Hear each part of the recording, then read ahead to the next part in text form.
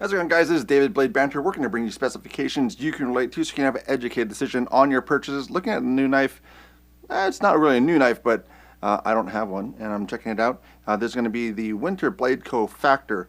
So this is what it looks like in pocket. So that's going to be what it comes into, so Factor.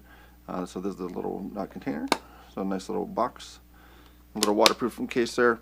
So the Factor now rides like this. This is a similar pocket clip to what they're doing now. I think they're running T8s.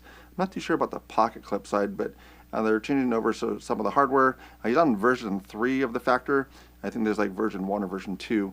So kind of the shining star for this one, at least for a lot of people, me included, is the noise. So that little noise that it makes, that little ting put up by this mic. So it's very mechanical, so closed and open, so very mechanical there. So this is what it looks like for the blade. M390 for blade steel. This is basically, I mean, it is a new type of lock, but it's not. So it is an axis lock style, but instead of springs, it does have magnets that actuate the mechanism. So that's going to be the difference for this knife. So a lot of magnets. So Bryan over at Winter Blade Co. Definitely does ingenious things, and then has a lot of products that he comes out with, does the one-off prototypes, and then working with Best Tech. So Best Tech is the OEM for this guy here. So he is on version 3 of the Factor currently, and then a few other models at least showing on the website. So you can check out some of these. So this is where it changes.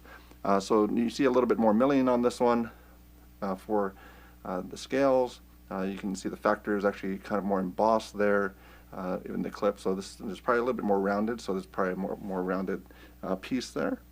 So you can see the difference there. So same type of hot clip for it, a little bit different for that pivot side. So that's going to be that difference here. Wording is the same on it.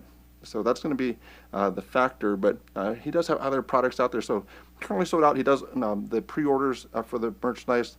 So you can see all these different variations that are available, different colors, different blades, different materials there. But this is also the other one. So this is going to be the Mirage. He's working with like an OTF style one. So a lot of cool products that are coming out, and then he's able to go full time with this, so which is pretty amazing that he has that response and the ability to do that to go full time. So you also see the difference here. So this is a different deployment method. So you can do this one, or you can get the backspacer piece that kind of blocks it out. And so some people might be concerned that it would be maybe an automatic style, but otherwise if you just don't like that deployment method, you can just take it out. It's going to be roughly about a 2.8 inch blade length, so really not going to have any issues with legalities in that sense. So you can kind of see now what this is, some of the downsides that I came across, and then we'll go into some of the other specifications. So it does get magnetic, so it is a magnet, and so you can kind of just pick stuff up. So basically for the centering and the detent, it does have magnets inside. The detent also does the centering. There is also, I don't know if they're G10 or what they're in there, but they're little studs. So I'm getting a little bit of blade rub on one side, so you can kind of see the blade here. As you can see right there, there's a little bit of blade rub right about there. So that's where that little post is. So in the opening and closing, it's just rubbing that a little bit. It doesn't cause any issues to the blade.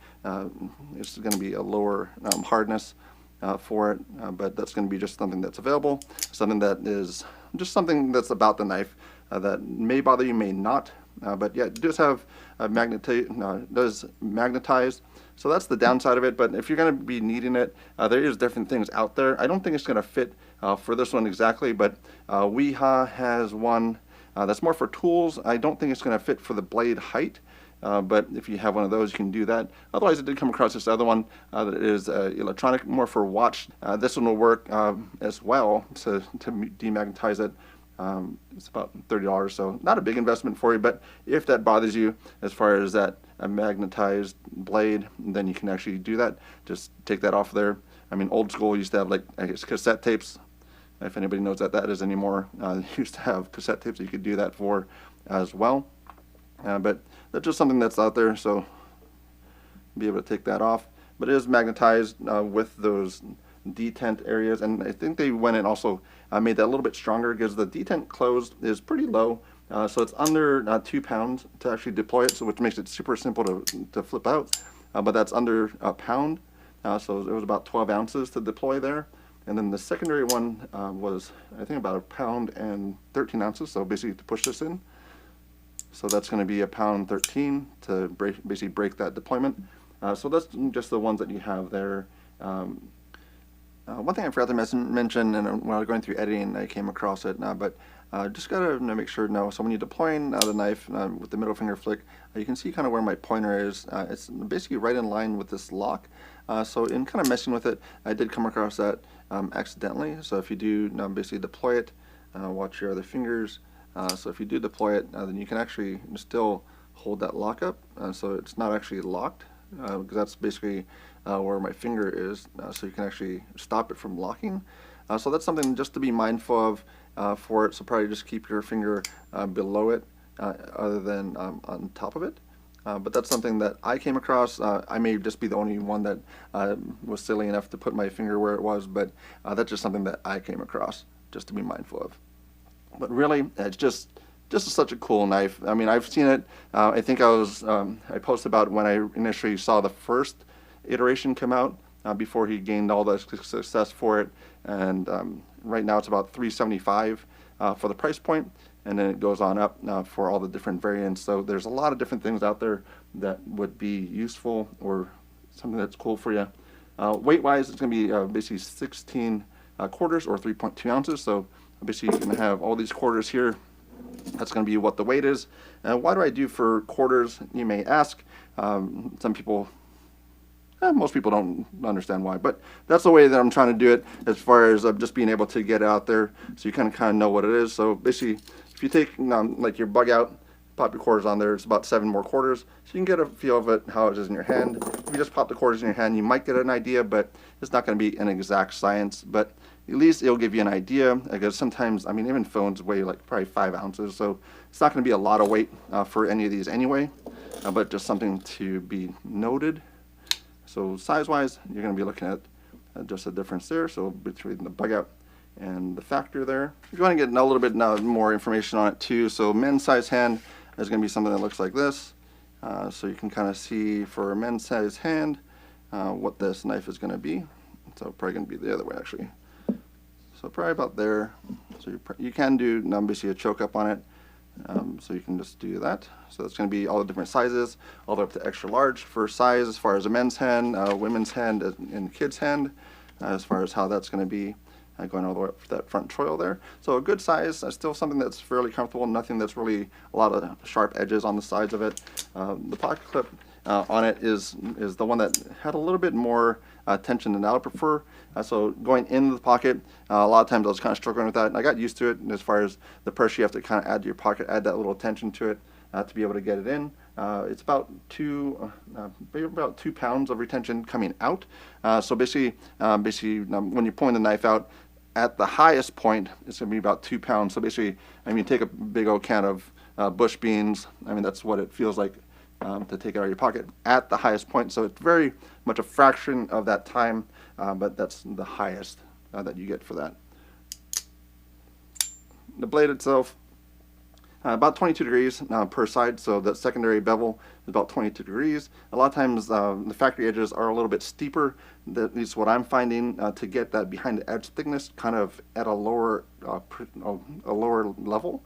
So if they push that back a little bit to 15 degrees, then behind the edge thickness is going to thicken up just a little bit because you're pushing back onto the blade a little bit more. Primary edge is going to be about 6 degrees for this guy here. Other sizes that you have available for it. So overall, I think this is going to be one to really pick up, just to be able to have it. It's just a really cool knife, and yes, it's expensive at $375, but it also is just another thing that's just a new mechanism, something that's not going to be around. I mean, this hasn't been around before, so you're having that spring replaced with it. And then actually, he does have a video up, so you can kind of see a knife in there. You can see the lock, you can see that lever, and it just pops right off of there. And then that locking mechanism, which is in that middle section, running on bearings. So a lot of it just comes right apart. So it is still a pretty clean setup for the knife, but that's over at Winterblade for his website or his YouTube channel, so you can check that out if you would like to. And yeah, with some of the size comparisons of some of the more popular knives out there, some of the budget side, you do have the Penguin. Then you have Ontario. It's kind of sadly that their company got sold off to Blue Ridge, and then their USA factory got shut down. So this one's not, there was never a USA made for this guy, but their other knives, they did have some USA products for it. So you have some other knives up here just for sizes, and then you can kind of see where that fits for you. Really where it fits into your collection. As anything, collections get larger over time. You kind of justify or feel the need to have different ranges of knives. Do you need them all? No. Do you want them all? Yeah, it's probably like a Pokemon thing, but that's where you gotta just figure out what fits for what you want to use it for, what do you like to carry, what blade shape you want to have, what pocket clip you like. It just goes on and on. So really, whenever you start, that's probably not going to be where you end unless you just stick to that really budget side of the market, which is not, it's not horrible, because everybody has what they like, what they look for in products, and they might have a different hobby that you're like, oh, that's horrible, why would you even spend that much money for it? And then you're like, well, that's worth it. And then they're going to say the same thing about their sewing machine or their rifle or whatever else they have. They're going to be like, well, why would you spend that when I would buy this, and I would buy this accessory and then that accessory for it? So everybody's hobby is different. So just learn with it. Stay with what's enjoyable. So you don't need to get to this level, but it is a cool knife. So if you haven't been able to handle it, hopefully you have a buddy that has one. Handle it. See if it's really something you want to invest into. But if not, enjoy it and know it's out there, and be thankful for some of the innovation that happened with that. But that's about all I have to say about that one today, and thanks very much.